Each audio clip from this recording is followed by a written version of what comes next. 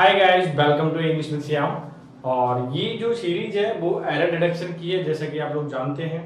और द हिंदू की सीरीज में थोड़ा सा अभी ब्रेक लगा हुआ है, थोड़ा सा डिस्टर्बेंस होने की वजह से वो ब्रेक हो चुकी है, बट मैं कुछ दिन में इसे स्टार्ट करने वाला हूँ। और ये जो सीरीज मैंने आपको स्टार्ट कराई है ये बहुत इंपॉर्टेंट है, क्योंकि यहाँ पर जो आपको एरर सिखाए जा रहे हैं ना वो सिलेक्टेड है। क्योंकि एसएससी हो या फिर टीसीएस एसएससी कराए या सीफी कराए, कोई भी वेंडर कराए, it doesn't matter. But question का जो सेट है ना वो क्वेश्चन के रिलेवेंट है, वो एक जैसी रिलेवेंसी उनकी एक जैसी रहती है। क्लियर? तो ये आपके लिए आई थिंक 7 क्वेश्चन है आज, और आज बहुत इंपॉर्टेंट क्वेश्चन है। बस आपको करना क्या है, चैनल को सब्सक्राइब जरूर करना है, लाइक करना है, ठीक है। इससे क्या होगा कि मुझे थोड़ा सा मोटिवेशन मिलेगा और मैं आपको बढ़िया से बढ़िया चीज मैं आपको प्रोवाइड करा पाऊंगा। क्लियर हो गया? तो आज स्टार्ट करते हैं। फर्स्ट क्वेश्चन है, the king Juan Carlos of Spain arrived in London today for a 3-day visit, no error। ठीक है, अब ये जो सेंटेंस है एकदम करेक्ट है, कोई दिक्कत नहीं है, बल्कि जरा सी स्लाइडली चेंज है इसमें, अगर आप समझ पाए तो। देखो ये वाला क्वेश्चन हर कोई नहीं कर पाएगा जिसकी रीडिंग अच्छी है, ध्यान रखना, जिसकी रीडिंग स्किल अच्छी है। क्या है रीडिंग स्किल? वही कर पाएगा। ये मैं बता रहा हूं फिर से। उसकी रीजन क्या है? क्योंकि इसमें आप देखोगे तो क्या देखोगे, अब ये तो देखोगे ग्रामर में कोई एरर तो नहीं है, तो देख लेते हैं। ये पूरा का पूरा सब्जेक्ट हो गया। सब्जेक्ट के बाद क्या है? वर्ब की सेकंड फॉर्म है, यानी कि पास्ट इंडेफिनिट है। ये क्लियर है? इन लंदन प्रीपोजिशन है, ठीक है। Today for uh 3-day visit, 3 दिनों के विजिट के लिए आए हैं। कौन? किंग जुआन। और ये जो एरर है इसमें एक्चुअली में देखा जाए कि स्ट्रक्चर ऑफ सब्जेक्ट, क्लियर, क्या है? स्ट्रक्चर ऑफ सब्जेक्ट वो गलत है। क्यों? मैं आपको बता दूं, ये लिखना पड़ेगा हमें। अगर मैं इसे लिखता हूं Juan Carlos king of Spain, ठीक है, स्पेन की। देखो नाउन को पहले रखा गया, ध्यान देना। और ये अगर मैं इसे मिटाता हूं तो सेंस क्या निकल रहा है कि स्पेन के कार्लोस, ठीक है।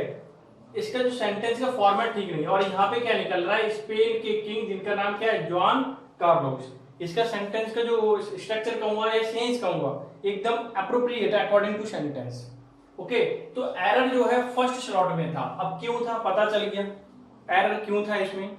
ये हर कोई नहीं कर पाया, टफ क्वेश्चन है, सीजीएल मेंस में आया हुआ है वाला क्वेश्चन, वो मैंने यहाँ पे उठाया है। दूसरा देखें, many people die with cholera every year, no error। अब इसमें क्या है?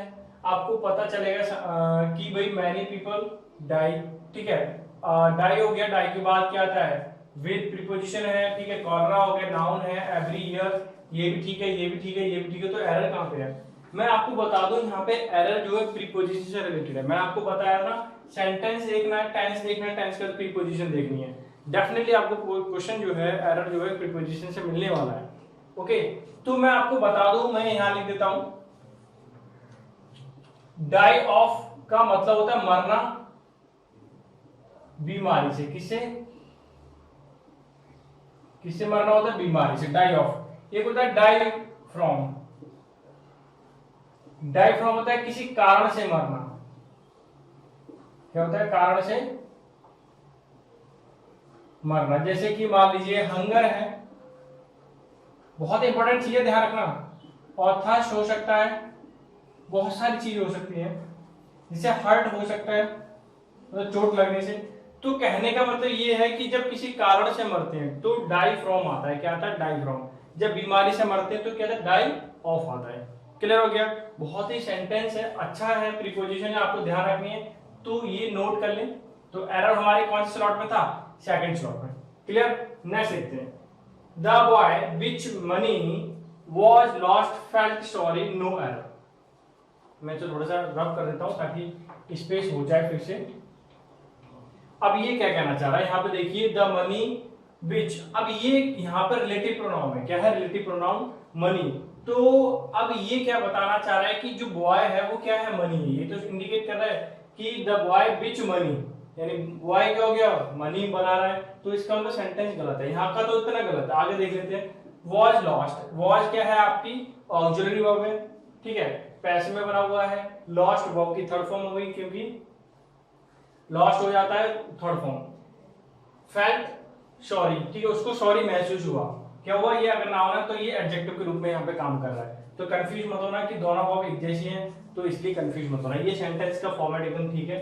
अब मैं यहाँ पे बता दूं कि ये आपको क्या लिखना पड़ेगा। अगर मैं इसे कट करके विच जो होता है, विच रिलेटिव प्रोनाउन होता है वो और आता है ऑब्जेक्ट के लिए, किसके लिए आता है, ऑब्जेक्ट के लिए।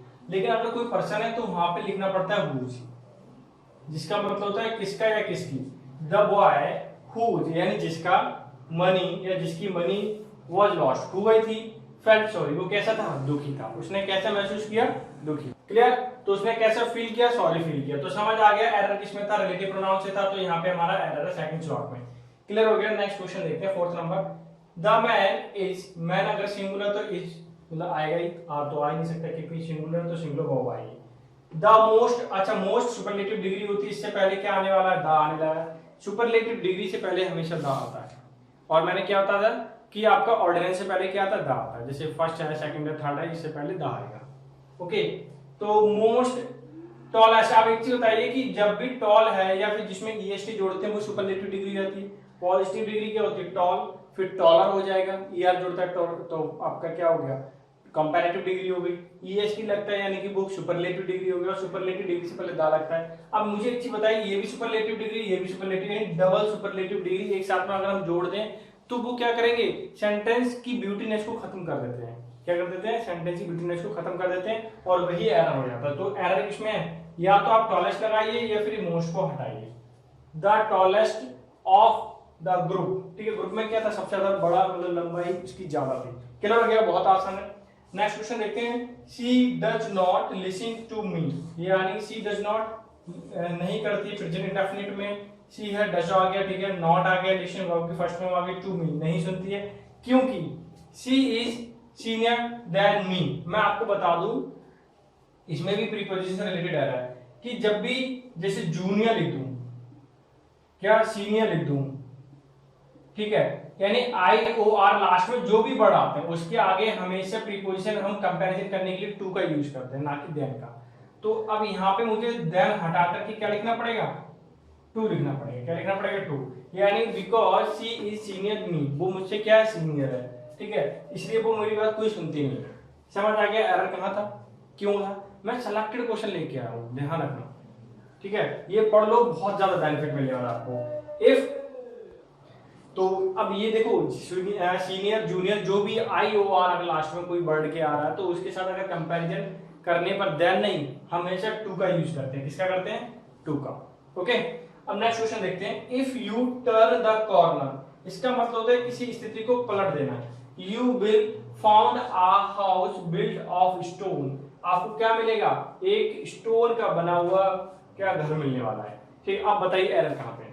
देखो मैं जो एरर करा रहा हूं, मैं तकरीबन आपको 500 एरर कराऊंगा, और 500 एरर में आप देखोगे मेंस के लिए हो और सीएचएसएल हो और या सीजीएल का प्री हो, किसी भी एग्जाम के लिए बहुत ज्यादा बेनिफिट मिलने वाला है आपको। क्योंकि जो इसका जो अप्रोच है ना टीसीएस का जो पेपर कंडक्ट कराने का, ठीक है, ये मोस्टली मैं तो एसएससी का ही बोलूंगा, उसका जो पैटर्न है वो सेम रहता है, उसमें बदलाव होता ही नहीं, चाहे कितनी भी उथल पुथल हो जाए, कुछ भी हो जाए, उसमें चेंज नहीं आता है। ओके, अब देखें यहाँ पे, if U turn the corner you will find, अगर देखो ये अगर बिल है तो बिल के बाद फ्यूचर वाला टेंस है उसमें वी बनाता है, तो अब यहाँ पे मुझे क्या लिखना पड़ेगा, फाइंड। अब एक्चुअली में मैं इसका मतलब बता दूं आपको, मैं ऊपर थोड़ा सा रब कर देता हूँ, आपको समझ आ जाएगा। जैसे डाई बिग था, डाई ऑफ कैसे आता है, ठीक है, तो मैं यहाँ पे सब कुछ लिख देता हूँ ताकि आपको समझ आ जाए अच्छे से। क्लियर, देखो यहाँ पे क्या था, ये होता फाइंड। फाइंड का मतलब किसी चीज को ढूंढना या खोजना।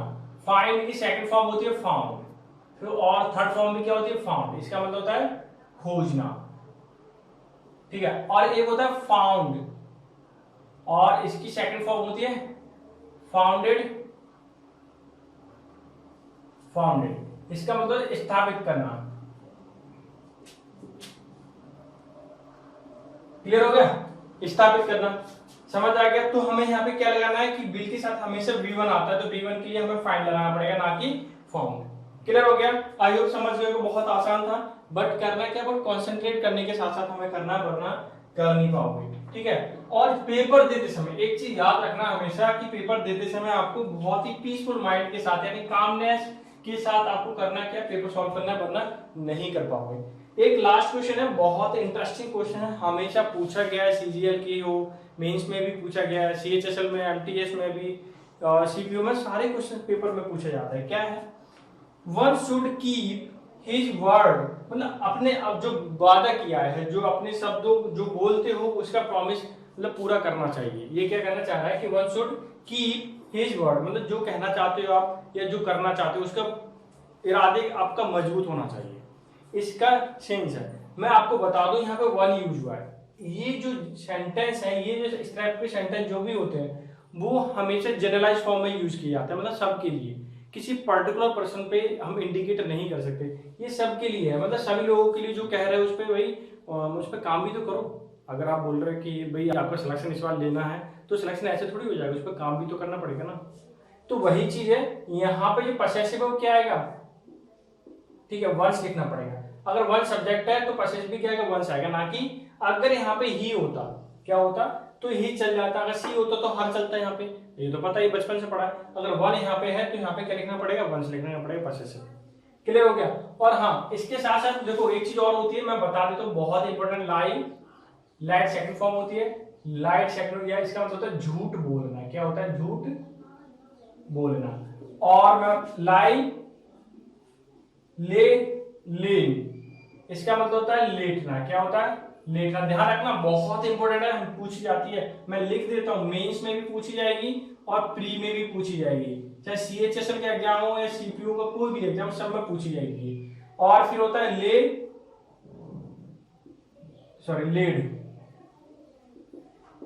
इसका मतलब होता है न्यूछावर करना भी होता है,